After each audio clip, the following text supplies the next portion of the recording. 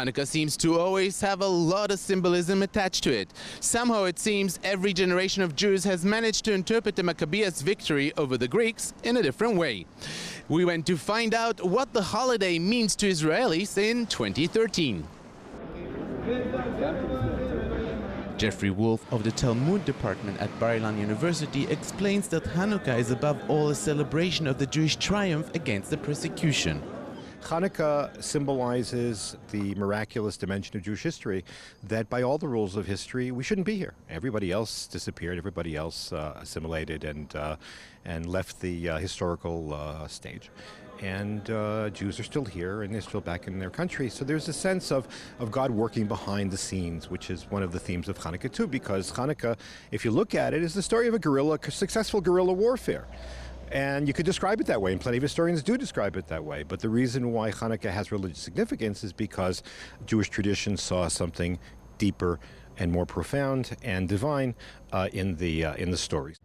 It seems many Israelis relate to Hanukkah today more as the first independence holiday of the Jews, being the Maccabees ruled over this land for over 200 years. Hanukkah is a more national holiday than religious holiday, although there are religious rules to the holiday, but it's common to all Israelis because we celebrate, in fact, the beginning of 200 years of Jewish sovereignty in Israel after fighting against the Greeks and expelling them out of Israel. Therefore, it's more like the first independent holiday of the Israelis. Abigail Leinsbacher leads a group of Orthodox Jews who have taken upon themselves the task to become close and understand better the secular Jews.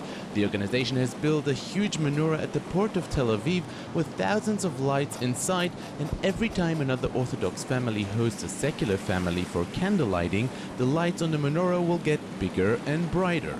In the past, the lighting of the Hanukkah was inside the houses and each family individually, and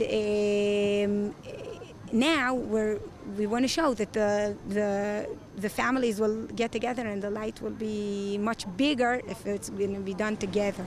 As Jews, we'll make the light bigger by making the Jews closer to each other and loving each other, understanding each other, knowing each other. It seems Hanukkah is also very unique because it was the first holiday in the Jewish calendar that was created because of an historical event in the life of the Jews. It's the first holiday with religious sanction that's not mentioned in the Bible. The idea that you could do that without a prophet, there were no prophets. In fact, if you read the book of Maccabees, one of the themes there is we're doing this until there's a prophet. We're doing this until there's a prophet. Because, it's like Judaism was, it's like when I last learned to ride a bike.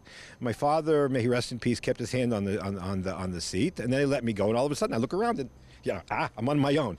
This is something similar happened over here. Now all of a sudden there's no more prophets. And a great miracle happens. There's no prophets that tell them.